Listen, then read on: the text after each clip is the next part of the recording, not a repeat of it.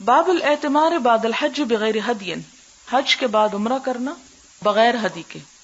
یعنی ایک تو عمرہ وہ ہے نا کہ جو جاتے ہی کر لیا جاتا ہے، اور ایک وہ اب اس کی بات ہو رہی ہے جو حج کرنے کے بعد کیا جاتا ہے. تو کیا اس کی اجازت ہے؟ مثلا ایک شخص پہنچا ہی 8 تاریخ کو ہے، یعنی سیدھا حج پہ چلا گیا ہے، عمرہ نہیں کیا اس نے، تو اس صورت میں کیا وہ بعد میں کر سکتا ہے؟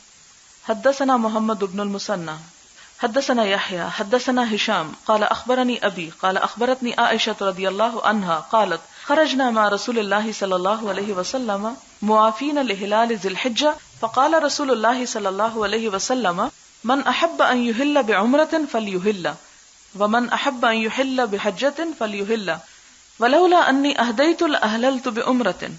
یہ حدیث بہت دفعہ گزر چکی، یہاں تھوڑی سی بات کی وضاحت کرنا چاہوں گی کہ آپ صلی اللہ علیہ وسلم نے اپنے صحابہ کرام کو چوائس دی اور فرمایا کہ جو عمرے کی یہاں سے نیت کرنا چاہے، پہلے صرف عمرہ کرنا چاہے وہ بھی کر لے، اور جو صرف حج کی نیت کرنا چاہے تو وہ اس کی کر لے. اور پھر اپنی مثال دے کے فرمایا کہ اگر میں ہدی نہ لاتا تو میں بھی اس وقت عمرے کی نیت کرتا، جس سے مراد یہ ہے کہ آپ صلی اللہ علیہ وسلم کو پسند یہ تھا کہ صحابہ کرام پہلے عمرہ کریں اور اس کے بعد پھر حج کریں. فمنہم من اہل بعمرۃ، تو بعض نے عمرے کا احرام پہنا، ومنہم من اہل بحجۃ، اور بعض نے حج کا احرام باندھا. وکنت ممن اہل بعمرۃ، تو میں ان لوگوں میں سے تھی، حضرت عائشہ کی روایت ہے کہ جنہوں نے عمرے کا احرام پہنا. فحست قبل ان ادخل مکہ فادرکنی یوم عرفہ وانا حائض فشکوت الی رسول اللہ صلی اللہ علیہ وسلم فقال دعی عمرتک وانقضی رأسک وامتشطی واہلی بالحج ففعلت. فلما كانت ليلة الحسبة أرسل معي عبد الرحمن إلى التنعيم فأردفها فأهلت بعمرة مكان عمرتها فقد الله حجها وعمرتها ولم يكن في شيء من ذلك هدي ولا صدقة ولا صوم. اور یہ آخری عبارت بھی اہم ہے جو پیچھے نہیں گزری کہیں بھی اس حدیث کے ساتھ، اور وہ کیا ہے؟ ولم يكن، اور نہ تھا، فی شيء، کسی چیز میں، من ذالک، اس میں سے، یعنی تقدیم تاخیر کی وجہ سے، ہدیون، کوئی قربانی دینا، ولا صدقہ، نہ صدقہ دینا، ولا صومن، اور نہ روزہ رکھنا.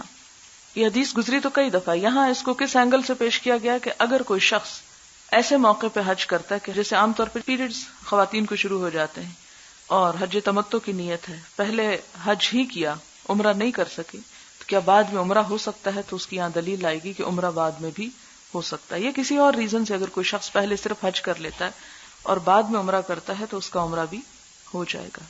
اور ایسا کرنے پر کوئی فدیہ نہیں ہوگا، یا دم نہیں ہوگا، یا روزہ نہیں ہوگا، یا صدقہ نہیں ہوگا. باب اجر العمرۃ علی قدر النسب، عمرے کا اجر کتنا ملتا ہے؟ علی قدر النسب، اس اندازے پر جتنا انسان تھکتا ہے، جتنی تکلیف اٹھاتا ہے. عمرے کا ثواب بقدر مشقت.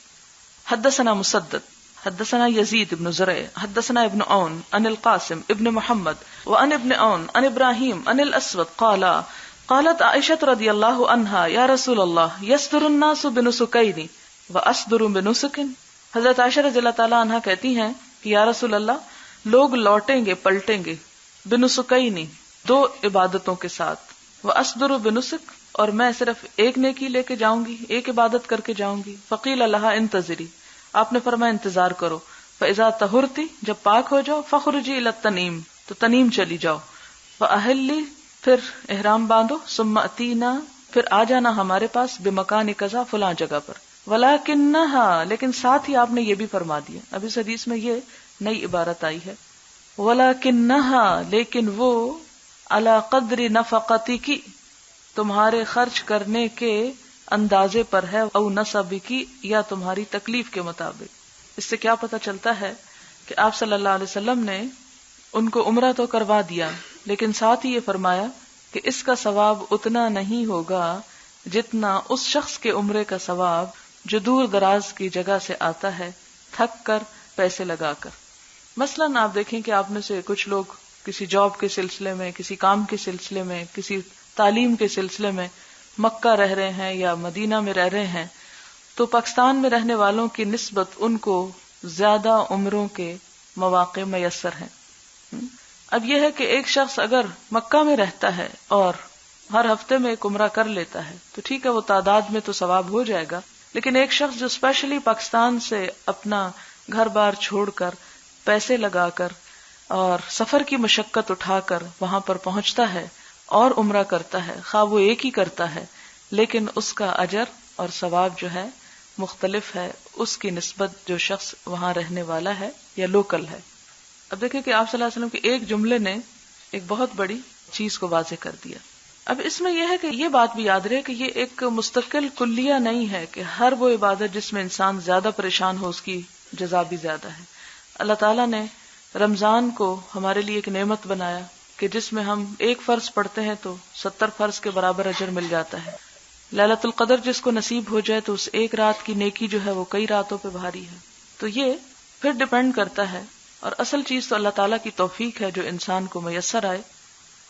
باب المعتمر اذا طاف طواف العمرۃ ثم خرج، باب معتمر عمرہ کرنے والا اذا طاف جب طواف کر لے طواف العمرۃ عمرے کا طواف ثم خرج پھر نکل جائے، هل یجزئہ من طواف الوداع، کیا طواف وداع کو وہ کافی ہوگا، یعنی عمرے کا طواف وداع شمار ہو جائے گا۔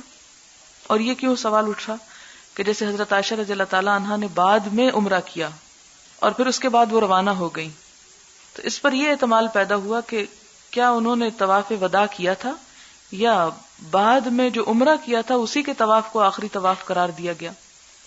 حدثنا ابو نعیم حدثنا افلح ابن حمید عن القاسم عن عائشہ رضی اللہ عنہا قالت خرجنا مہلین بالحج فی اشہر الحج وحرم الحج فنزلنا بسرف فقال النبی صلی اللہ علیہ وسلم لاصحابہ من لم يكن معه هدي فاحب ان يجعلها عمرة فليفعل ومن كان معه هدي فلا وكان مع النبي صلی اللہ علیہ وسلم ورجال من اصحابہ ذوی قوة الہدیہ، کہ آپ صلی اللہ علیہ وسلم کے ساتھیوں میں سے جو قوت والا تھا ان کے پاس ہدی تھی، فلم تکن لہم عمرۃ، تو ان کو یہ اجازت نہیں تھی کہ وہ صرف عمرہ کر لیں، یعنی عمرہ کر کے احرام کھولنے کی اجازت نہ تھی۔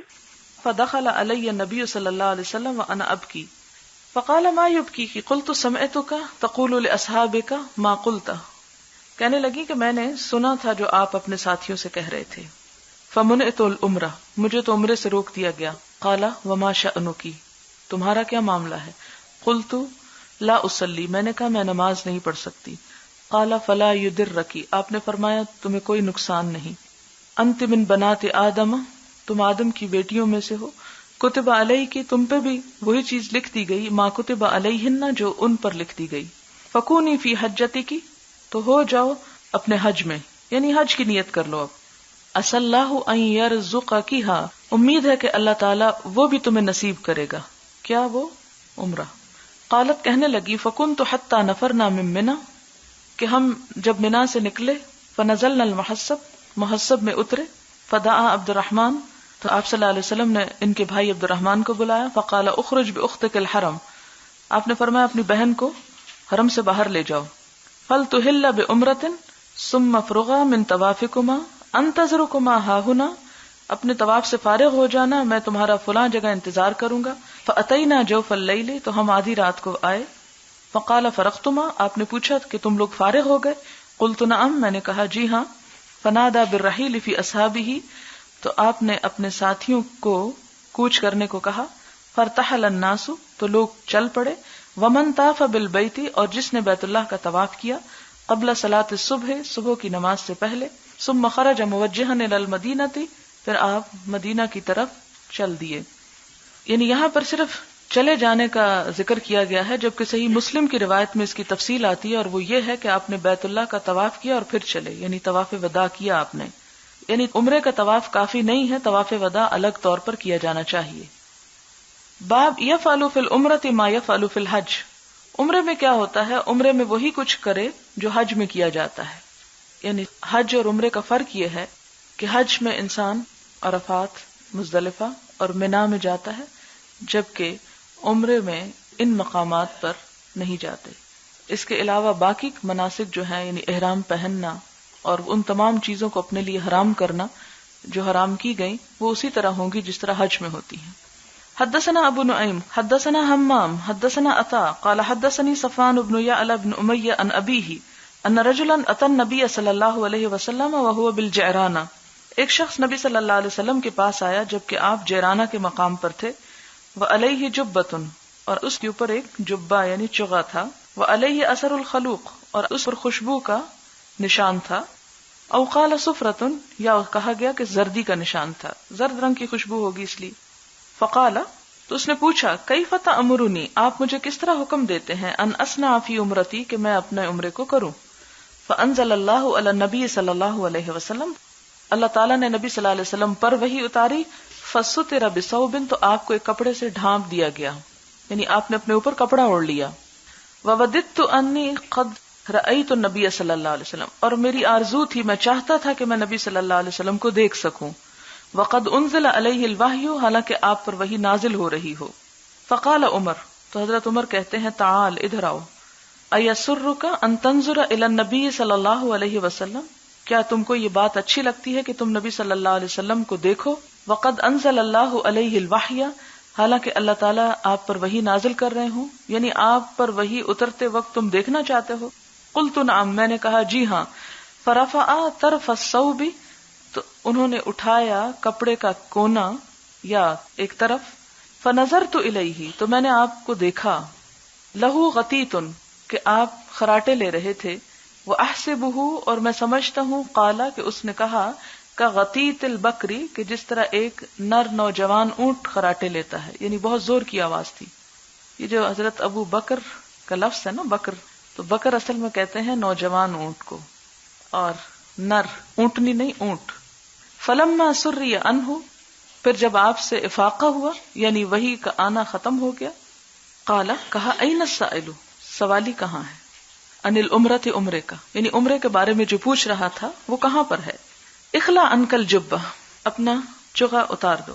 واغسل اثر الخلوق عنک، اور اپنے اوپر سے خوشبو کا اثر دور کر دو. وانق الصفرۃ، زردی کا نشان مٹا دو. واصنع فی عمرتک، اور اپنے عمرے میں کرو، کما تصنع فی حجک، جس طرح تم اپنے حج میں کرتے ہو. یعنی عمرہ اور حج ایک ہی جیسے ہیں، احرام میں خاص طور پر. یہاں چونکہ آپ نے احرام کے جو شرائط ہیں ان کی طرف اشارہ ہے. حدثنا عبداللہ ابن یوسف اخبرنا مالک عن ہشام ابن عروہ عن ابیہ انہ قال قلت لعائشة رضی اللہ عنہا زوج النبی صلی اللہ علیہ وسلم وانا یومئذ حدیث السن. یہ پیچھے بھی آپ حدیث پڑھ چکے ہیں کہ میں نے حضرت عائشہ سے پوچھا جو نبی صلی اللہ علیہ وسلم کی اہلیہ ہیں اور میں اس صلی اللہ علیہ وسلم کی اہلیہ ہیں اور میں اس دن کم سن تھا، حدیث السن، نوجوان تھا. ارأیت قول اللہ تبارک و تعالی، کیا تم نے اللہ تعالیٰ کا یہ قول دیکھا ہے، یعنی تمہارا کیا خیال ہے اس بارے میں کہ ان الصفا والمروہ من شعائر اللہ فمن حج البیت او اعتمر فلا جناح علیہ ان یطوف بہما، کہ صفا اور مروہ اللہ کے شاعر ہیں، جو حج کرے یا عمرہ کرے تو اس پر کوئی گناہ نہیں کہ ان دونوں کا طواف کرے. فلا ارى على احد شيئا الا يطوف بهما. حضرت عروہ نے حضرت عائشہ سے کہا کہ میں اس آیت کا مطلب یہ سمجھا ہوں کہ اگر کوئی صفا مروہ کا طواف نہیں کرنا چاہتا تو نہ کرے.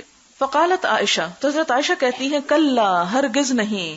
لو کان کما تقول، اگر یہ بات ایسے ہی ہوتی جیسے تم کہہ رہے ہو، کانت، تو یوں ہوتا، فلا جناح علیہ الا یطوف بہما، تو آیت کی ترتیب یوں ہوتی کہ پھر اس پہ کوئی گناہ نہیں کہ ان دونوں کا طواف نہ کرے. انما انزلت هذه الآیۃ فی الانصار، یقیناً یہ آیت انصار کے بارے میں اتری ہے. کانوا یحلون لمنات، کہ وہ منات کی پرستش کے لیے احرام پہنا کرتے تھے. وکانت منات حزب قدید، اور منات کا جو بت تھا قدید کے پاس تھا. وکانوا یتحرجون، اور وہ اس میں حرج سمجھتے، ان یطوفوا بین الصفا والمروہ، کہ وہ صفا مروہ کا طواف کریں. فلما جاء الاسلام، پھر جب اسلام آ گیا، سألوا رسول اللہ صلی اللہ علیہ وسلم، تو انہوں نے نبی صلی اللہ علیہ وسلم سے سوال کیا، ان ذالک، اس کے بارے میں.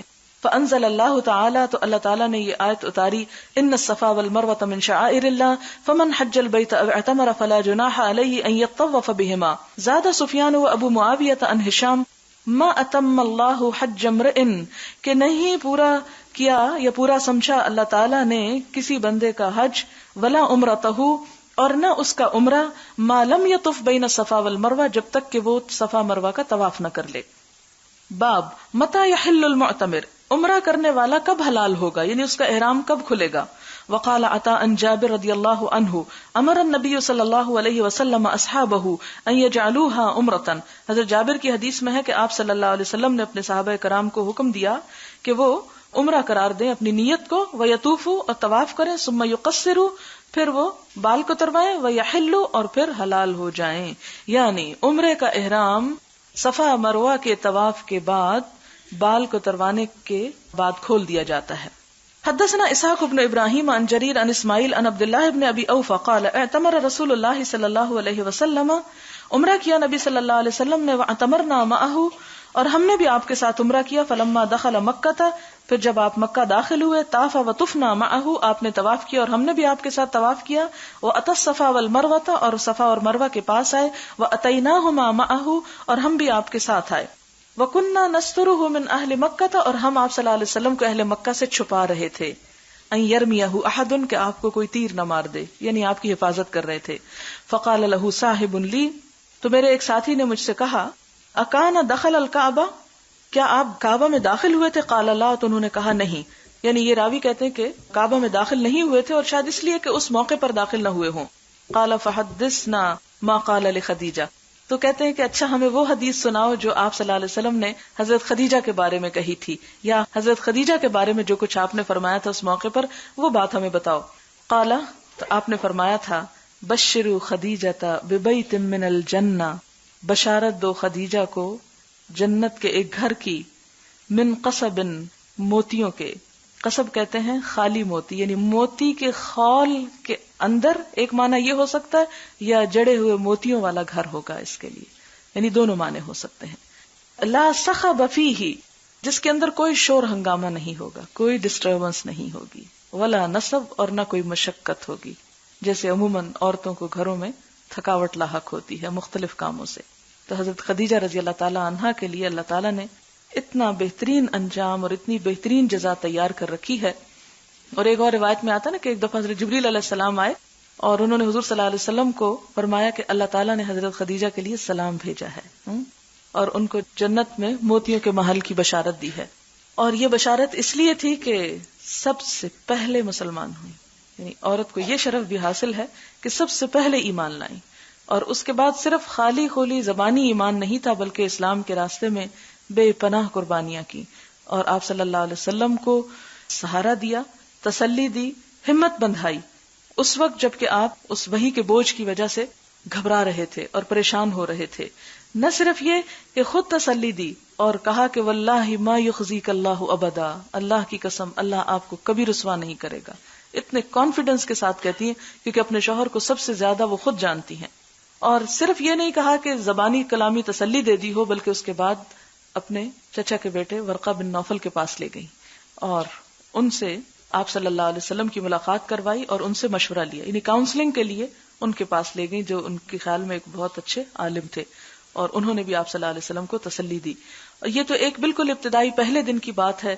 یعنی ہم دیکھتے ہیں کہ اس موقع پہ جب آپ کے اوپر یہ کیفیت گزری تو حضرت خدیجہ رضی اللہ تعالی عنہا نے کس طرح ان کو ہر لحاظ سے ایک طرح سے سہارا دیا، اور اس کے بعد بھی اپنے مال کے ساتھ جتنی مدد حضرت خدیجہ نے کی وہ شاید کسی اور نے نہ کی ہو، اور خاص طور پر اگر خواتین میں سے کہا جائے. تو یہاں وہ آیت بھی فٹ آتی ہے نا جس میں اللہ تعالیٰ فرماتے ہیں کہ کوئی بھی نیک عمل کرے، خواہ وہ عورت ہو یا مرد ہو، اللہ تعالیٰ اس کے عمل کو ضائع نہیں کرے گا، اس کو بہترین جزا دے گا. حدثنا الحمیدی حدثنا سفیان عن عمرو بن دینار قال سألنا ابن عمر رضی اللہ عنہما عن رجل طاف بالبیت فی عمرۃ، ہم نے ابن عمر سے پوچھا ایک شخص کے بارے میں کہ جو بیت اللہ کا طواف کرے عمرے میں، ولم یطف بین الصفا والمروہ، اور صفا مروہ کا طواف نہ کرے، ایاتی امرأتہ، کہ اپنی بیوی کے پاس آ سکتا ہے. فقال، تو کہا، قدم النبی صلی اللہ علیہ وسلم، کہ نبی صلی اللہ علیہ وسلم تشریف لائے، فطاف بالبیت سبعا، آپ نے 7 مرتبہ بیت اللہ کا طواف کیا، وصلی خلف المقام رکعتین، اور مقام ابراہیم کے پاس 2 رکعتیں ادا کی، وطاف بین الصفا والمروہ سبعا، اور صفا مروہ کا 7 مرتبہ چکر لگایا. وقد کان لکم فی رسول اللہ اسوۃ حسنہ، اور تمہارے لیے نبی صلی اللہ علیہ وسلم کی زندگی میں بہترین نمونہ ہے. قال وسألنا جابر بن عبد اللہ رضی اللہ عنہما، اور دیکھیں کہ یہاں پر کیا بہترین انداز ہے کہ ایک سے پوچھنے کے بعد دوسرے کے پاس بھی جاتے ہیں اور اس مسئلے کی تحقیق کرتے ہیں. یہی بات ہم نے حضرت جابر سے بھی پوچھی. فقال، تو انہوں نے کہا، لا یقربنھا حتی یطوف بین الصفا والمروہ، کہ وہ نہ قریب آئے اس کے یہاں تک کہ صفا مروہ کا طواف کر لے. اب اس میں صرف اتنا فرق ہے کہ ابن عمر اپنے زبان میں جواب دینے کی بجائے آپ صلی اللہ علیہ وسلم کا طرز عمل بتاتے ہیں، اور جابر جو ہیں وہ ایک طرح سے فتویٰ دے دیتے ہیں، جبکہ دونوں اپنی جگہ درست کر رہے ہیں. حدثنا محمد بن بشار حدثنا غندر حدثنا شعبہ عن قیس بن مسلم عن طارق بن شہاب عن ابی موسیٰ الاشعری رضی اللہ عنہ قال قدمت علی النبی صلی اللہ علیہ وسلم بالبطحاء، کہ میں نبی صلی اللہ علیہ وسلم کے پاس بطحا میں آیا، وہو منیخ، اور آپ اپنی اونٹنی کو اتارے ہوئے تھے. اناخ ینیخ اناختن کا مطلب ہوتا ہے کہ اونٹنی کو بٹھا دینا. فقال، تو آپ نے فرمایا، احججت، کیا تم حج کرو گے؟ قلت نعم، میں نے کہا جی ہاں. قال بما احللت، فرمایا کہ کس چیز کا احرام باندھا؟ قلت لبیک باحلال النبی صلی اللہ علیہ وسلم، تو میں نے کہا کہ میں نے وہی احرام باندھا ہے جو حضور صلی اللہ علیہ وسلم نے باندھا ہے. قال احسنت، آپ نے فرمایا تم نے اچھا کیا. طف بالبیت وبالصفا والمروہ، بیت اللہ اور صفا مروہ کا طواف کرو، ثم احل، پھر حلال ہو جاؤ. فطفت فی البیت وبالصفا والمروہ، تو میں نے بیت اللہ کا طواف کیا اور صفا مروہ کا. ثم اتیت امرأة من قیس، پھر میں بنو قیس کی ایک عورت کے پاس آیا. ففلت رأسی، تو اس نے میرے سر سے جوئیں نکالی. ثم احللت بالحج، پھر میں نے دوبارہ حج کا احرام پہنا. فکنت افتی بہ، اور میں فتویٰ دیتا تھا اسی چیز کا. حتی کان فی خلافت عمر، یہاں تک حضرت عمر کی خلافت کا دور آ گیا. فقالت، انہوں نے کہا، ان اخذنا بکتاب اللہ، اگر ہم اللہ کی کتاب کو لیں، فانہ یامرنا بالتمام، تو وہ ہمیں حکم دیتی ہے تمام کا، یعنی مکمل کا. وان اخذنا بقول النبی صلی اللہ علیہ وسلم، اگر ہم نبی صلی اللہ علیہ وسلم کے بات کو لیں، فانہ لم یحل، تو آپ تو حلال نہیں ہوئے. حتی یبلغ الہدی محلہ، یہاں تک کہ ہدی اپنی جگہ پہ پہنچ گئی. مراد یہ ہے کہ کتاب اللہ میں کیا آتا ہے، اتم الحج والعمرۃ، کہ حج مکمل کرو اور عمرہ مکمل کرو للہ، اللہ کے لیے، یعنی دونوں کو الگ الگ کر کے بتایا گیا ہے. یہاں پر آپ صلی اللہ علیہ وسلم نے دونوں چیزیں ایک ہی احرام کے ساتھ کی ہیں، تو صرف اتنا سی فرق بتایا گیا. اور یہ بات پیچھے بہت دفعہ واضح ہو چکی کہ نبی صلی اللہ علیہ وسلم نے صحابہ کرام کو جس چیز کا حکم دیا، آپ نے اس کے خلاف کر کے دکھایا. یعنی اس سے یہ مطلب نہیں کہ اختلاف پیدا کرنا مقصود تھا، وسعت دکھانا مقصود تھی کہ یہ بھی درست ہے اور وہ بھی درست ہے. حدثنا احمد حدثنا ابن وهب اخبرنا عمرو عن ابي الاسود ان عبد الله مولى اسماء بنت ابي بکر حدثه انه كان يسمع اسماء تقول كلما مرت بالحجون. یہاں پر حضرت اسماء جو ہیں ان کے بارے میں آتا ہے کہ ان کے ایک غلام تھے، ان کا نام عبداللہ تھا. وہ کہتے ہیں میں نے حضرت اسماء سے سنا کہ حضرت اسماء جب بھی حجون کے پاس سے گزرتی، حجون مکہ میں ایک پہاڑ کا نام ہے، جنت المعلا یا معلا، یہ جس میں حضرت خدیجہ کی قبر ہے نا اس وقت، اس کے پاس جو پہاڑ ہے اس کا نام ہے. تقول، کہتی تھی، کلما مرت بالحجون، حضرت اسماء جب بھی حجون کے پاس سے گزرتی، صلی اللہ علی رسولہ محمد، تو کیا کہتی، اللہ تعالی رحمت فرمائے اپنے رسول محمد صلی اللہ علیہ وسلم پر. لقد نزلنا معه ہا ہونا، یعنی پرانی یادوں کو دہرایا کرتی تھی، کہا کرتی تھی ہم اترے تھے آپ کے ساتھ اس جگہ. ونحن یومئذ خفاف، اور ان دنوں ہم ہلکے پھلکے تھے. قلیل زہرنا، ہماری سواریاں کم تھیں. قلیلۃ ازوادنا، ہمارے زاد راہ بھی بہت کم تھے. فاتمرت انا واختی عائشہ والزبیر، میں نے عمرہ کیا اور میری بہن عائشہ نے اور زبیر یعنی میرے شوہر نے. وفلان وفلان، اور فلاں بھی ساتھ تھا. فلما مسحنا البیت، جب ہم نے بیت اللہ کو چھو لیا، احللنا، تو ہم حلال ہو گئے. ثم احللنا من العشی بالحج، پھر ہم نے احرام باندھا حج کی صبح کو، یعنی دونوں کے احرام الگ الگ تھے. باب ما یقول اذا رجع من الحج او العمرۃ او الغزو، کیا کہے انسان جب لوٹے حج سے یا عمرے سے یا غزوے سے، یعنی جب گھر میں واپس آئے تو کیا کہے، کیا پڑھنا چاہیے، کیا بولنا چاہیے. حدثنا عبداللہ بن یوسف اخبرنا مالک عن نافع عن عبداللہ بن عمر رضی اللہ عنہما ان رسول اللہ صلی اللہ علیہ وسلم کان اذا قفل من غزو او حج او عمرۃ، کہ نبی صلی اللہ علیہ وسلم جب لوٹتے کسی غزوے سے یا حج سے یا عمرے سے، یکبر علی کل شرف من الارض، تو آپ تکبیر پڑھتے تھے ہر چڑھائی کے موقع پر، یعنی جب کوئی اونچی جگہ آتی تو آپ فوراً اللہ اکبر کہتے تھے.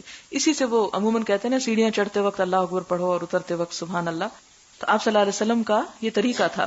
ثلاث تکبیرات، 3 تکبیریں. ثم یقول، پھر فرماتے لا الہ الا اللہ وحدہ لا شریک لہ، یعنی جب واپس گھر میں آتے تو کیا پڑھتے یا اپنے شہر میں لوٹتے، لا الہ الا اللہ وحدہ لا شریک لہ لہ الملک ولہ الحمد وہو علی کل شیء قدیر. آئبونا، لوٹنے والے، تائبونا، توبہ کرنے والے، عابدونا، عبادت کرنے والے، ساجدونا، سجدہ کرنے والے، لربنا حامدون، اپنے رب کی حمد و ثنا کرنے والے. صدق اللہ وعدہ، اللہ تعالیٰ نے اپنا وعدہ سچ کر دکھایا.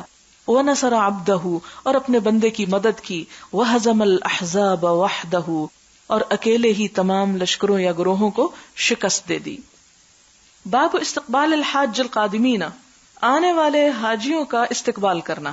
جیسے ہمارے ہاں لوگ پھولوں کے ساتھ استقبال کرتے ہیں، تو کیا یہ جائز ہے، یا کسی کو ریسیو کرنے کے لیے جانا چاہیے، یا کوئی آ رہا ہو تو گھر میں باہر آ کر اس کے استقبال کے لیے کھڑے ہونا چاہیے. والثلاثۃ علی الدابہ، اور 3 لوگوں کا ایک ہی جانور پر سوار ہونا.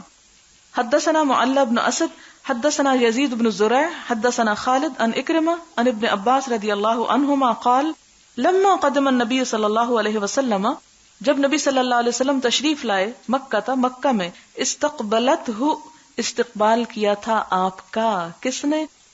اغیلمۃ بنی عبد المطلب، بنو عبد المطلب کے لڑکوں نے. جب آپ پہلی دفعہ مدینہ تشریف لائے تھے تو اس وقت کیا ہوا تھا؟ بچیوں نے استقبال کیا تھا سنیت الوداع میں، اور حج سے تشریف لائے تو بچوں نے، لڑکوں نے، دونوں ہی پیچھے نہیں رہے. فحمل واحدا بین یدیہ وآخر خلفہ، اور آپ نے ان میں سے ایک کو اپنے سامنے بٹھا لیا اور دوسرے کو پیچھے، یعنی ان بچوں کو ساتھ سوار کر لیا. پھر باب القدوم بالغداۃ، مسافر کا صبح سویرے گھر آنا. قدوم یعنی قادم ہوتا ہے آنے والے کے لیے. حدثنا احمد بن الحجاج حدثنا انس بن عیاد عن عبید اللہ عن نافع عن ابن عمر رضی اللہ عنہما ان رسول اللہ صلی اللہ علیہ وسلم کان اذا خرج الى مکہ، نبی صلی اللہ علیہ وسلم جب مکہ کی طرف جاتے، یصلی فی مسجد الشجرہ، تو وہ ذوالحلیفہ میں جو درخت والی مسجد جس کے پیچھے کئی دفعہ ذکر گزر چکا، اس میں نماز پڑھتے. واذا رجع، اور جب واپس لوٹتے، صلی بذوالحلیفہ، تو ذوالحلیفہ میں نماز پڑھتے، ببطن الوادی، وادی کے نشیب میں. وبات حتی یصبح، رات کو وہیں رہ جاتے حتیٰ کہ صبح ہو جاتی، یعنی رات کو گھر نہیں آتے تھے، صبح میں آتے تھے. باب الدخول بالعشی، شام کے وقت گھر آنا یا دن ڈھلے. عشی کا وقت ہوتا ہے نا کہ وہ زوال کے بعد سے شروع ہو جاتا ہے. حدثنا موسیٰ بن اسماعیل حدثنا حمام عن اسحاق ابن عبداللہ ابن ابی طلحہ عن انس رضی اللہ عنہ قال کان نبی صلی اللہ علیہ وسلم لا یطرق اہلہ، کہ نبی صلی اللہ علیہ وسلم اپنے گھر والوں کو رات کو آ کے نہیں اٹھاتے تھے، نہیں دروازہ بجاتے تھے. طارق ہوتا ہے رات کو آنے والا مہمان. کان لا يدخل الا غدوة او عشیة، آپ صلی اللہ علیہ وسلم یا تو صبح سویرے تشریف لاتے یا پھر دن ڈھلے یعنی پچھلے پہر، زوال سے لے کے غروب کے وقت تک. باب لا يترك اهله اذا بلغ المدینہ، جب آدمی اپنے شہر میں آئے تو رات کو گھر کو نہ جائے. یعنی اس حدیث کا یہ مطلب نہیں ہے کہ اگر کوئی رات کے وقت پہنچا تو دروازے پہ کھڑا رہے یا کہیں شہر میں گھوم پھر کے وقت گزارے یا کسی ہوٹل میں چلا جائے. مراد اس سے یہ کہ انسان اپنے سفر کی ترتیب کچھ یوں دے کہ جس میں رات کے وقت دوسروں کو آ کے ڈسٹرب نہ کیا جائے یا اچانک ان کو ڈرا نہ دیا جائے. کیونکہ سوتے ہوئے انسان اگر ایسے یعنی ان ایکسپیکٹڈلی، اور اب تو یہ ہے کہ اگر آپ رات کو آنا تو آپ پہلے فون کر دیں کہ جی ہم اتنے بجے فلائٹ پہنچ رہی ہے، اس صورت میں تو وہ الرٹ ہوں گے، سوئیں گے نہیں، یا آپ جا کے اگر کھٹکھٹاتے ہیں دروازہ تو وہ جاگ اٹھیں گے.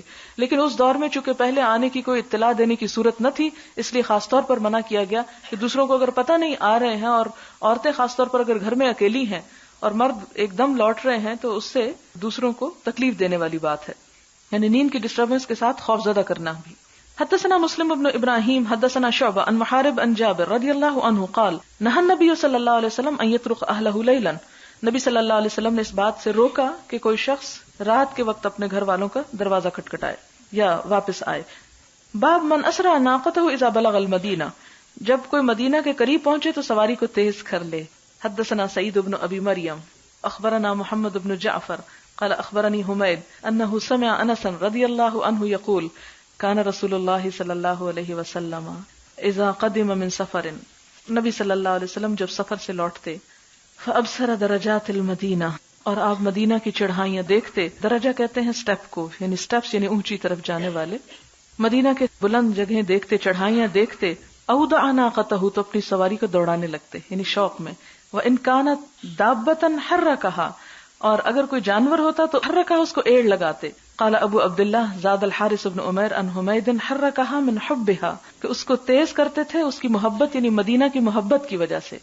تو یہ بھی یہ ہے کہ حضور صلی اللہ علیہ وسلم کی محبت کی وجہ سے اگر کوئی قریب پہنچ کے، اور ویسے بھی دھڑکنیں بہت تیز ہو جاتی ہیں اگر آپ کو ایکسپیرینس ہوا ہو، اور بالکل ٹوٹلی عجیب فیلنگ ہو جاتی ہے جو دنیا میں کسی شہر میں جاتے ہوئے انسان کی نہیں ہوتی. اور جو مسجد نبوی سے قدم قریب ہوتے ہیں اور پھر مسجد کے بعد روزے سے قریب ہوتے تو یوں لگتا ہے جیسے انسان بالکل کسی اور ہی جگہ پر جا رہا ہے. اللہ تعالیٰ آپ سب کو نصیب کرے یہ فیلنگ اور یہ سب احساسات، کیونکہ وہ احساسات کہیں اور پر ہو سکتے ہی نہیں. لیکن وہاں جب انسان پہنچتا ہے تو سوائے رونے کے اور کوئی کام نہیں آتا. اور رونا اس لیے آتا ہے کہ یہ سوچتا ہے انسان کہ یہاں تو میں کسی طرح پہنچ ہی گئی ہوں، لیکن قیامت کے دن کیا واقعی آپ کا قرب نصیب ہوگا اور حوض کوثر پر پہنچنے دیا جائے گا؟ کیونکہ کچھ لوگ ایسے ہوں گے نا جن کو حوض کوثر پہ جانے سے روک دیا جائے گا اور کہا جائے گا کہ آپ کو نہیں معلوم کہ آپ کے جانے کے بعد انہوں نے دین میں کیسے کیسے نئے طریقے نکالے. تو اس بات سے بہت ڈر لگتا ہے کہ بعض اوقات انسان صرف ناسمجھی کی وجہ سے کوئی ایسا کام نہ کر لے کہ آپ سے دور ہو جائے. حدثنا قتيبة حدثنا اسماعیل عن حمید عن انس قال جدرات تابعه الحارث بن عمیر. اس حدیث میں یعنی دوسری حدیث میں درجات کے بجائے جدرات آتی ہے، اور جدرات بھی بلندی اور چڑھائیوں کے لیے، جدار دیوار کو بھی کہتے ہیں کیونکہ وہ بھی بلند ہوتی ہے. سوال ہے اگر طواف زیارہ انتہائی مجبوری کی وجہ سے نہ کر سکے اور واپس گھر آنا پڑے تو کیا اگلے سال حج دوبارہ کرنا ہوگا یا صرف قربانی کافی ہے؟ دیکھیں کہ حج کا رکن ہے اور رکن ادا نہیں ہوا تو آدھا حج ہوا. اس صورت میں اگر فرض حج ہے تو دوبارہ کر لیں، اور اگر آپ نے ویسے ہی حج کیا ہے تو کوئی بات نہیں، اب جتنا ہو گیا سو ہو گیا. کیا عمرہ کرنے کے بعد حج کیا جائے یا پھر دوبارہ عمرہ کیا جا سکتا ہے؟ جیسے حضرت عائشہ کے بھائی عبد الرحمن نے، انہوں نے حضور صلی اللہ علیہ وسلم کے ساتھ بھی عمرہ کیا ہوگا، پھر حج کرنے کے بعد حضرت عائشہ کے ساتھ. بڑی دور کی باتیں سوچتی ہیں آپ. میرا خیال ہے گنجائش نکالنا چاہتی ہیں زیادہ عمروں کی، اس پہ خود اجتہاد کریں، میں کچھ نہیں کہوں گی. آپ صلی اللہ علیہ وسلم دوبارہ نہیں گئے تھے، حضرت عائشہ کو بھیجا تھا، چونکہ وہ اکیلی نہیں جا سکتے تھے، اس لیے عمرہ کیے ہوئے کو دوبارہ ساتھ بھیج دیا. یہ نہیں پتا چلتا کہ انہوں نے بھی عمرہ کیا یا وہ صرف ویسے ہی ساتھ ساتھ تھے. اگر حج کے بعد دوبارہ عمرہ کرنا تو حج کا احرام کھول کر دوبارہ عمرے کا احرام باندھنا ہوگا. وہ تو خود بخود حج پورا ہوگا تو خود کھل جائے گا. یعنی کھلنے سے مراد یہ نہیں ہے کہ حج کو چھوڑ کے آپ عمرہ کرنے چل پڑیں. حج پورا اس وقت ہوتا ہے جب آپ احرام کے سارے تقاضے پورے کر دیتے ہیں. اکثر سنا گیا کہ اگر بیٹی جوان ہے تو پہلے اس کی شادی کرو پھر حج کرو. یہ کہاں تک درست ہے؟ اصل میں یہ کہ یہ ڈیپینڈ کرتا ہے کہ اگر آپ کچھ شادی کے معاملے میں ایسی مشکل ہے کہ آپ سمجھتے ہیں کہ اگر شادی کے اوپر پیسہ لگے تو حج نہیں کر سکیں گے. شادی بھی کرنا ایک فرض ادا کرنا اور ہمارے معاشرے کی ایک مشکل ہے. لیکن اگر شادی طے ہو چکی ہو یا کوئی ایسی چیز ہو، ادروائز صرف اس سوچ میں، اور اگر خدا نہ خواستہ اس کی شادی نہیں ہو سکتی کسی وجہ سے، تو کیا حج بھی نہیں ہوگا؟ یہ نہیں ہونا چاہیے. وآخر دعوانا الحمدللہ رب العالمین. سبحانک اللہم وبحمدک نشہد ان لا الہ الا انت نستغفرک ونتوب الیک. والسلام علیکم.